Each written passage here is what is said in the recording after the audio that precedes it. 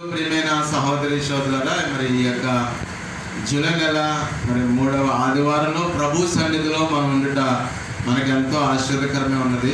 అందుని బట్టి మనం ధన్యులుగా ఉన్నాం. మరి ఈ యొక్క సమయంలో దేవుని పరిశుద్ధ వాక్యాన్ని ధ్యానం చేసుకుందాం. అపోస్తలుడైన పౌలు తెస్సలోనికీయులకు రాసిన 2వ పత్రిక 2వ అధ్యాయము 11వ వచనాన్ని చదువుకుందాం. 2వ తెస్సలోనికీయులకు రాసిన పత్రిక 2వ అధ్యాయము 13వ వచనాన్ని చదువుతుండగా దేవుని వాక్యాన్ని అర్థం చేసుకుందాం. ప్రభు వలన ప్రేమింపబడిన సహోదరులారా, ఆత్మ మిమ్మును పరిశుద్ధపరచుటకు వలన మీరు సత్యమును నమ్ముట వలన మీరు రక్షణ పొందుటకు దేవుడు ఆది నుండి మిమ్మల్ని ఏర్పరచుకొనెను. దేవుని స్తోత్రం, హల్లెలూయా. ప్రియమైన సహోదరి సోదరా, ఈ ఉదయకాల సమయంలో అపోస్తలుడైన పౌలు ఆ తెస్సలోనికీయులకు రాసిన పత్రికలో 2వ మారు రాస్తున్నారు. ప్రభు మిమ్మల్ని ఏం చేశాడు? ప్రేమించాడు. ప్రభు ప్రేమించడం వల్ల మిమ్మల్ని ఏం చేయాలనుకున్నాడు? ఆయన ఆత్మ ద్వారా పరిశుద్ధపరచాలని కోరుకుంటున్నాడు.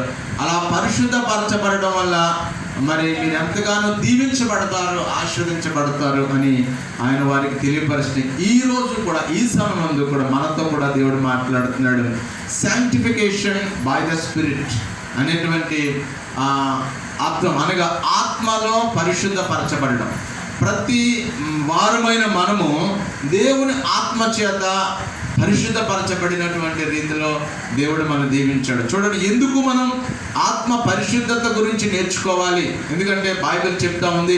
మత్తయి సువార్త 5వ అధ్యాయము 8వ వచనం, Matthew 5th chapter 8th verses లో చూస్తే, blessed are the pure in heart for they shall see God అని రాయబడుతుంది. అనగా ఆత్మ విషయమై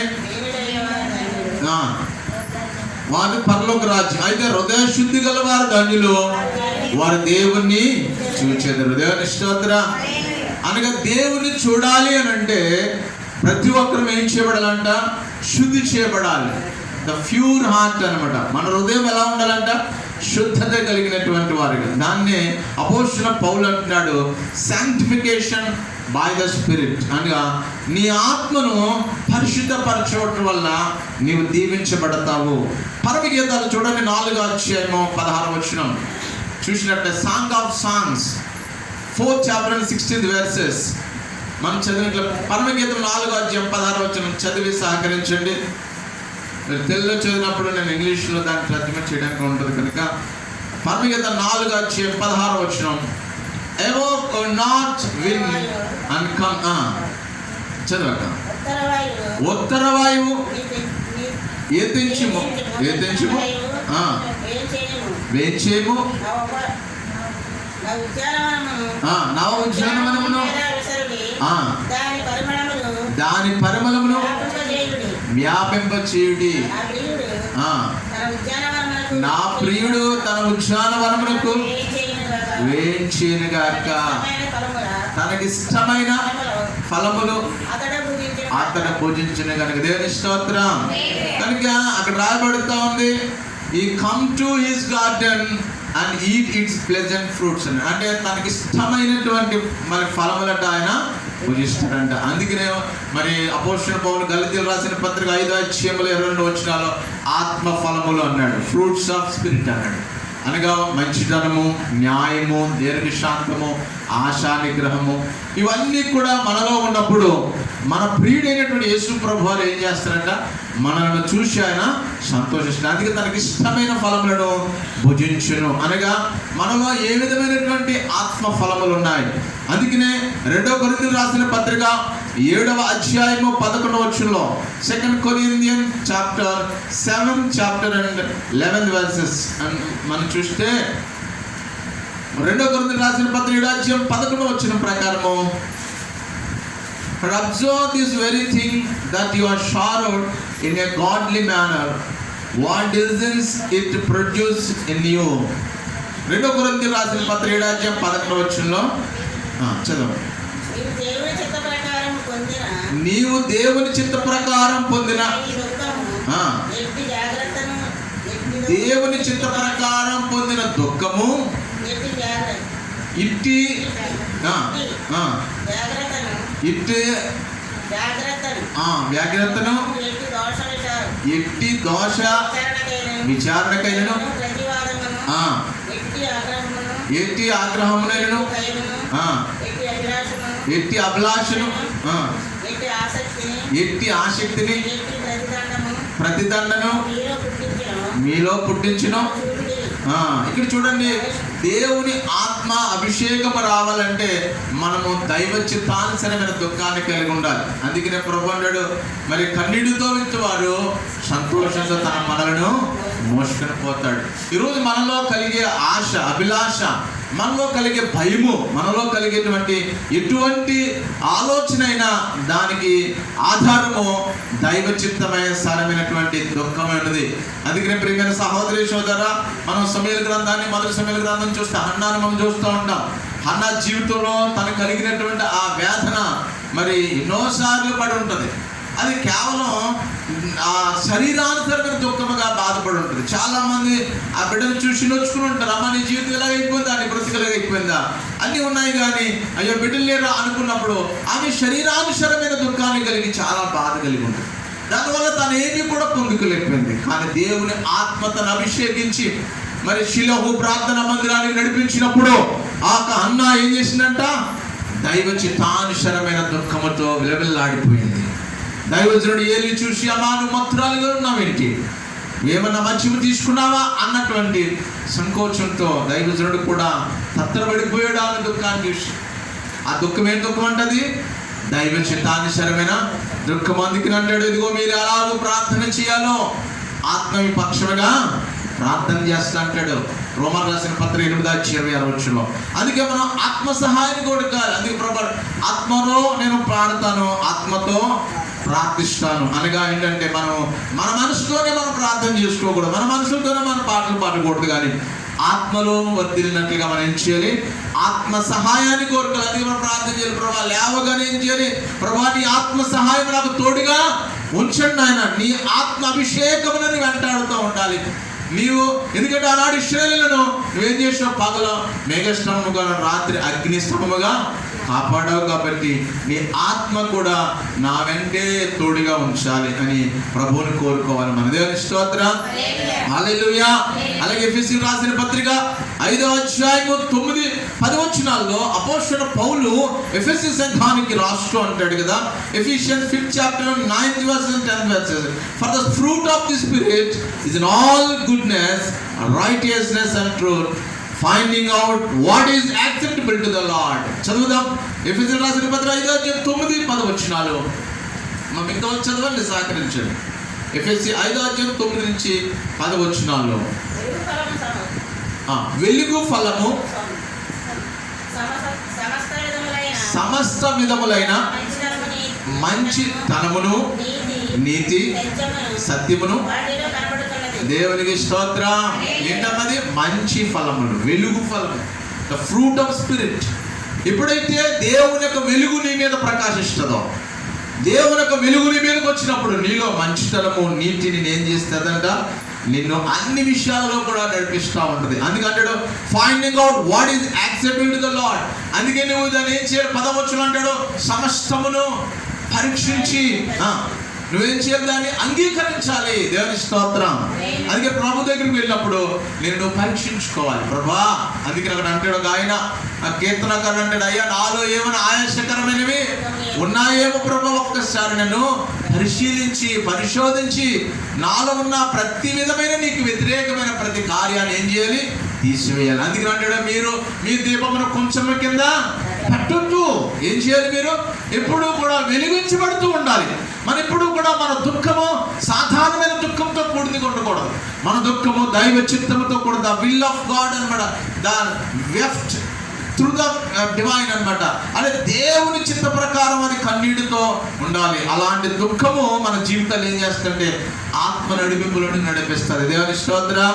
చూడండి, యోహాను రాసిన పత్రిక 14:26 సహకరించండి. తెలుగు బైబిల్ ఉన్నాయి కదా, తెరవండి, మా ప్రతి ఒక్కరు చదవండి. అలా చదివినప్పుడు మీరు ఆశీర్వదించబడతారు. తినగా తినగా వేమి తీగా ఉంటుంది, పాడగా పాడగా రాగము అతిశయించబడుతుందని మన వాక్యాలు చదువుతూ ఉంటే అది మనం దీవించబడతా ఉంటుంది, స్వరం పెరుగుతూ ఉంటుంది. యోహాను సువార్త 14:26 వచ్చిన ప్రకారము, John 14:26 verse, but the Helper, the Holy Spirit, whom the Father will send in my name, he will teach you all things and bring to your remembrance all things that I said to you. యోహాను సువార్త 14:26 ప్రకారము చదువుతాం. ఆదరణకర్త అనగా తండ్రి నా నామమున పంపబోవు పరిశుద్ధాత్మ సమస్తమును మీకు బోధించి నేను మీతో చెప్పిన సంగతులను మీకు జ్ఞాపకము. దేవుని స్తోత్రం. మరలా ఏ విధంగా ఆత్మచేత మనం అభిషేకించబడుతున్నామంటే, ప్రభు అయిన యేసుక్రీస్తు వారు ఆనాడు తన ప్రియ బిడ్డలకు తెలియపరిచిన వాక్యములను మరలా పరిశుద్ధాత్మ మనతో జ్ఞాపకం చేస్తున్నప్పుడు మన మీదకి దేవునికి అభిషేకము యథావిధిగా మన మీదకి వస్తూ ఉంది. ఆనాడు పాపాత్ముడు యేసు ప్రభు యొక్క మాట విన్నప్పుడు యేసు ప్రభు యొక్క క్షమాపణ ఏ విధంగా పొందుకుందో ఆ విధంగా మనము కూడా తన ఆత్మ ద్వారా మనలో ఏమొస్తుందంట, పాప ప్రత్యత్తాపము, పాప పరిహారణ మనలో కలుగుతుంది. తద్వారా మన జీవితాల్లో పవిత్రత చేకూరుతుంది. దేవుని స్తోత్రం. హల్లెలూయా. ఎందుకంటే అపోస్తలుడైన పౌలు హెబ్రీయులకు రాసిన పత్రం అన్నాడు, యేసుక్రీస్తు నిన్న నేడు నిరంతరము ఒకే రీతిగా ఉన్నాడు. దేవుని స్తోత్రం. యేసయ్య బోధించిన పరిశుద్ధాత్మ అభిషేకము ఈ రోజు కూడా యేసు వలె మనతో కూడా పరిశుద్ధాత్మను ఆయనలాగే మనకు బోధిస్తా ఉన్నాడు. అందుకని మనం ఏం చేయాలి, పరిశుద్ధాత్మ మీరు మాకు బోధించండి అయ్యా అని పరిశుద్ధాత్మ మనం కోరుకుంటా ఉండాలి. అదేవిధంగా మరి గలతీయులకు రాసిన పత్రిక 5వ అధ్యాయము 22వ వచనాన్ని, గాలషియన్స్ 5th chapter 22 verses లో ఉన్నటువంటి వాక్యాన్ని మనం చదువుదాం. గలతీయులకు రాసిన పత్రిక 5వ అధ్యాయము 22వ వచనంలో ఉన్నటువంటి ఆ ఆత్మ ఫలములను గూర్చి మనం జ్ఞాపకం చేసుకుందాం. అయితే ఆత్మ ఫలమేమనగా ప్రేమ, సంతోషము, సమాధానము, దీర్ఘశాంతము, దయాళత్వము, మంచితనము, విశ్వాసము, సాత్వికము, ఆశానిగ్రహము, అట్టి వాటికి విరోధమైన నియమమేది లేదు. దేవుని స్తోత్రం. ఆత్మ ఫలములు మనలో ఫలిస్తాయి ఎప్పుడంటే దేవుడు ఆత్మ ద్వారా మనతో బోధిస్తున్న వాక్యాన్ని మనం అంగీకరిస్తే ఆ వాక్య అంగీకరణ మనలోకి ఏం తీసుకొస్తుందంటే, ఆనాడు అపోస్తలుడైన పౌలు చదివించిన రీతిగా ప్రేమ నీలో ప్రవహిస్తుంది, సంతోషం పొంగుతూ ఉంది, ఇదిగో ఆశా నిగ్రహం నీలో వస్తూ ఉంది. నీవెప్పుడు కూడా ఎలా ఉంటావు, దయాళుడిగా ఉంటావు, దయాలత్వం కలిగి ఉంటావు, ఎప్పుడు కూడా సాత్వికతను కలిగి ఎందుకంటే నీలో ఆత్మ ప్రవాహము జరుగుతుంది. అందుకని మనం ఇందాక చూసాం, పరమగీతం 4:16 ఉత్తర వాయువు వేధించుము, దక్షిణ వాయువును వ్యాపించు, ఎందుకంటే నా ప్రియుడు ఆయన ఉద్యానవనానికి వచ్చి ఏం చేస్తాడు, తనకి ఇష్టమైన ఫలములను పూజిస్తాడు. దేవుని స్తోత్రం. మనలో ఏ ఫలాలు ఉండాలనుకుంటున్నాడు, ఆత్మ ఫలములతో ఉండాలి అనుకుంటున్నాడు. అందుకనే మన యోహాను రాసిన 3వ పత్రికలో అనుకుంటా, ప్రియుడా ఆత్మ వర్ధిల్లుచున్న ప్రకారము నీవు అన్ని విషయములలో వర్ధిల్లు. దేవుని స్తోత్రం. అన్ని విషయములలో మనం ఎలా ఉండాలమ్మా, వర్ధిల్లుతూ, we are all increase all things అన్నమాట బై ది స్పిరిట్. దేవుని ఆత్మ ద్వారా మన అన్ని విషయాలలో మనం ఏం చేయాలి, ఎదుగుతూ ఉండాలి. 2వ కొరింథీయులకు రాసిన పత్రిక 8వ అధ్యాయం 2వ వచనాన్ని చూస్తే అపోస్తలుడైన పౌలు కొరింథీ సంఘానికి 2వ రాస్తూ ఆ 8వ అధ్యాయం 2వ వచనం అంటున్నాడు కదా, 2 Corinthians 8th chapter 2 verses, that in a great trial of affliction the abundance of their joy and their deep poverty abounded in the riches of their liberality. చదవండి 2వ కొరింథీయులకు రాసిన పత్రిక 2వ వచనంలో, ఎలాగనగా వారు బహుశ్రమల వలన పరిశుద్ధపరచగా పరీక్షింపబడగా అత్యధికముగా సంతోషించిరి, మరియు వారు నిరుపేదలైనను వారు దాతృత్వము బహుగా విస్తరించెను. దేవుని స్తోత్రం. చూడండి, వాళ్ళు ఎంత నిరుపేదలైనప్పటికీ కూడా, ఎన్ని శ్రమలు వచ్చినప్పటికి కూడా ఏం చేయబడ్డారు, వాళ్ళు దాతృత్వంలోను, విశ్వాసంలోను, నమ్మకంలో, నీతులను విస్తరించబడ్డారు. దేవుని స్తోత్రం. దేవుని యొక్క ఆత్మ నడిపింపు మనలో ఉన్నప్పుడు శ్రమలు మనకు అసలు మన దృష్టికి రావండి. ఆ శ్రమ అనుకోమనం అసలు దేవుని ఆత్మలో ఉన్నప్పుడు ఎన్ని కష్టాలు వచ్చినా కూడా మనకి ఏమి లెక్క ఉండవు, ఎన్ని పరిస్థితులు వచ్చినా కూడా అవి మనకి ఏమి ఎందుకని అంటాడు, నీతిమంతులకు కలుగు ఆపదలు అనేకములు కానీ వాటిని దేవుడే తప్పిస్తాడు. కనుక ఎందుకంటే దేవుని ఆత్మ నీ పక్షంగా నా పక్షంగా ఉంది. కొనుగక నిద్రక ఎన్నడూ కూడా నిద్రకుండా మనం కాపాడుతాం. అందుకనే దేవుని ఆత్మ అభిషేకం మనకు కావాలి. ఎవరున్నా ఎవరు లేకపోయినా దేవుని ఆత్మకు తోడుగా ఉండాలి. మొదటి కొరింథీయులకు రాసిన పత్రిక చదవండి 12:11 అపోస్తలుడైన పౌలు నా మాటలు ముగిస్తూ ఉన్నాను. అపోస్తలుడైన పౌలు కొరింథీ సంఘానికి రాసినటువంటి మొదటి పత్రిక 12:11 The first Corinthians chapter 12 chapter 11 verse, but one and the same Spirit works all these things, distributing to each one individually as he wills. చదవండి మొదటి కొరింథీ రాసిన పత్రిక అయినను వీటన్నిటిని ఆత్మ ఒక్కడే తన చిత్తము చెప్పిన ప్రతి వానికి ప్రత్యేకముగా పంచిచ్చుచు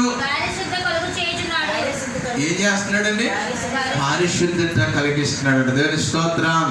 పరిశుద్ధత కలిగిస్తా ఉన్నాడు. అందుకని మనం ప్రతి విషయంలో మరి గృహ ప్రతిష్ఠించడం కానీ వివాహ విషయంలో కానీ మనం ఒక పాట పాడుతూ ఉంటాం. పరిశుద్ధ పరిశుద్ధ పరిశుద్ధ ప్రభువా వరదుతలైనా వర్ణింపగలరా. దేవుని స్తోత్రం.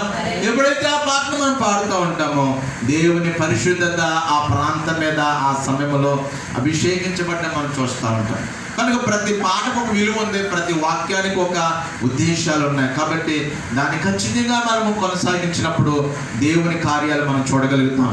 చివరిగా మనం రోమియోలు రాసిన పత్రిక 8:9 Romans 8:9 but you are not in the flesh but in the spirit, if indeed the spirit of God dwells in you. Now if anyone does not have the spirit of Christ, he is not his. ఈ రోమియోలు రాసిన పత్రిక 8:9 అపోస్తలుడైన పౌలు అంటున్నాడు కదా, దేవుని ఆత్మ మీలో నివసించిన యెడల మీరు ఆత్మ స్వభావం గలవారే కానీ మీరు శరీర స్వభావం కలిగిన వారు కాదు. ఎవడైనను దేవుని ఆత్మ లేని వాడైతే ఆయన వాడి కాడు. అందుకని దేవుని ఆత్మ లేకపోతే మనం దేవునికి చెందమండి. దేవుని స్తోత్రం. హల్లెలూయా. అందుకనే ఆత్మను ఆర్పేసుకోకూడదు. మనం ఈనాడు భయంకరమైనటువంటి పరిస్థితులు మనం చూస్తూ ఉన్నాం. ఆత్మాభిషేకాన్ని పాడు చేసే పరిస్థితులు, శరీర బలహీనతలు రోజు రోజు రోజు రోజు ప్రపంచాన్ని కుదిపేస్తూ ఉన్నాయి. ఒక దేశం తర్వాత ఉంటాయి. మరి మొన్న పేపర్లో చదివిన మొట్టమొదటి కరోనా వచ్చినటువంటి ఒక సహోదరికి తగ్గిపోయింది, వ్యాక్సిన్ వేసుకుంది. మరలా అదే సహోదరికి మరలా కరోనా వచ్చింది. చూడండి, అంత బాగానే ఉంది అనుకున్నది కానీ మరలా ఆమెకి ఏమొచ్చింది? మరలా అదే పాజిటివ్, అదే కష్టం వచ్చింది. మళ్ళీ అదిగో డెల్టా వేవ్ అని, ఇదిగో థర్డ్ వేవ్ అని ఇవన్నీ వస్తున్నాయంట.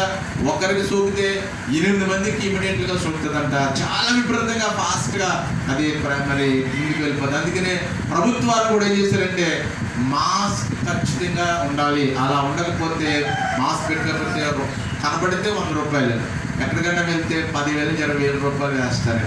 కనుక శానిటైజర్ ఉండాలని ఇవన్నీ చెప్తా ఉన్నారు. ఇవన్నీ ఎవరి కోసమ్మా? మన కోసమే. దేవుని స్తోత్రం.